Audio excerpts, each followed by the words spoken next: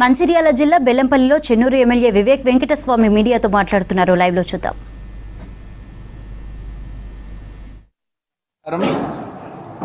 ఈరోజు పెద్దలు గౌరవనీయులు మా అన్నగారు వినోద్ గారు, అట్లనే మా సోదరులు ప్రియతమైన ఎమ్మెల్యే గారు బొజ్జు గారు, విక్రమ్ గారు, మా మండల్ ప్రెసిడెంట్ ప్రదీప్ గారు, సతీష్ గారు, ప్రతాప్ గారు, నర్సింగ్ గారు, ఇంకా మా ఓరియంట్ సిమెంట్ స్నేహితులందరికీ కూడా పేరు పేరున ఈరోజు ఓరియంట్ సిమెంట్ ఎలక్షన్స్ ఏదైతే కాబోతున్నాయో వినోద్ గారు ఒక నిర్ణయం తీసుకున్నారు.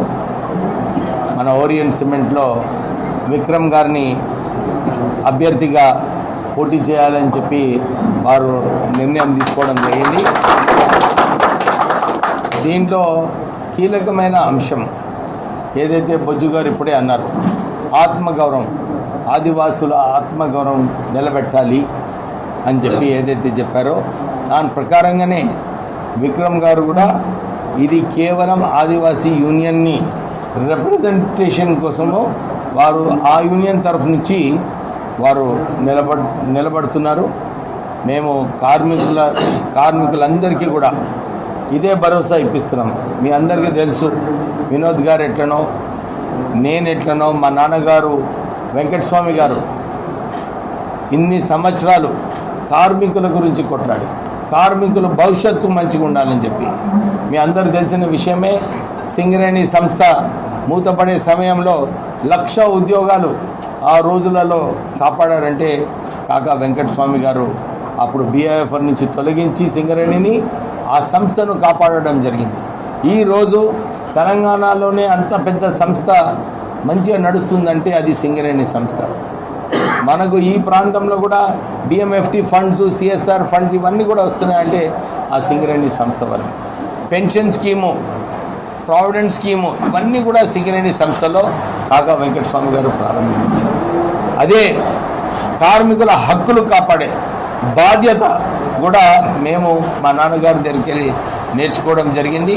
డెఫినెట్లీ ఓరియంట్ సిమెంట్ కంపెనీలో కార్మికుల హక్కులు ఏదైతే కావాలో ఆ కార్మికుల హక్కులు సాధించుకోవడానికి ఏదైతే పోరాటం చేయాలో, కార్మికులకు ఆ కంపెనీని మంచిగా ఉత్పత్తి చేస్తూ కార్మికులకి ఇంకా ఎక్కువ బెనిఫిట్స్ వచ్చేలాగా చేసే బాధ్యత ఉంది. అందు గురించి ఒక మంచిగా డిసిప్లిన్ యూనియన్గా మేము ఈ ఆదివాసీ యూనియన్ ద్వారా విక్రమ్ని ప్రెసిడెంట్గా మేము ప్రపోజ్ చేస్తున్నాము.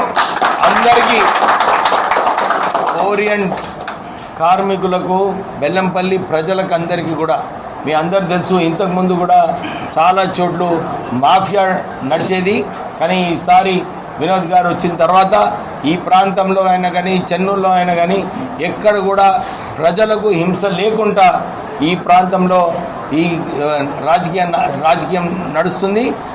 ఓరియంట్ సిమెంట్లో కూడా ఇదే పరిస్థితి, అందరికీ హక్కులు కల్పిస్తూ ఒక మంచి యూనియన్గా ఉండి అక్కడ కార్మికుల హక్కులు కాపాడటానికి డెఫినెట్లీ మేమందరం కలిసి పనిచేస్తామని చెప్పి మళ్ళొకసారి కార్మికులందరికీ కూడా భరోసా ఇప్పిస్తూ మీరందరూ కూడా మాకు సపోర్ట్ చేయండి, మేము మీ హక్కులను కాపాడుతామని చెప్పి మళ్ళొకసారి భరోసా ఇప్పిస్తూ ముగిస్తున్నాం. Thank you.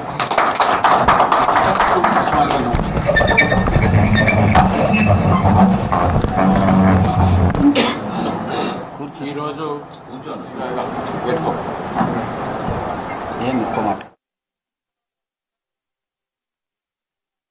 నేను చెప్పిన వాటి నేనేం చెప్తున్నా, నేను ఈ రూల్స్ ఫాలో చేస్తా. ఎంత ఒత్తిడి వచ్చినా కానీ, చాలామంది ఒత్తిడి చేసినారు, వేరే దగ్గర నడుస్తున్నాయి సార్ ఈ దందాలని చెప్పినారు, కానీ నేను ఇక్కడ కూడా ఒప్పుకోలేదు. నేను అందు గురించి ఇవాళ ఫస్ట్ పాయింట్ అదే చెప్తున్నా. బెల్లంపల్లిలో కూడా, మన దేవాపూర్లో కూడా ఇదే శాంతియుతంగా ఈ రూల్స్ కూడా అందరూ ఫాలో చేసి ఎక్కడ కూడా మాఫియా లేకుండా మేము పనిచేస్తాం. అందుకే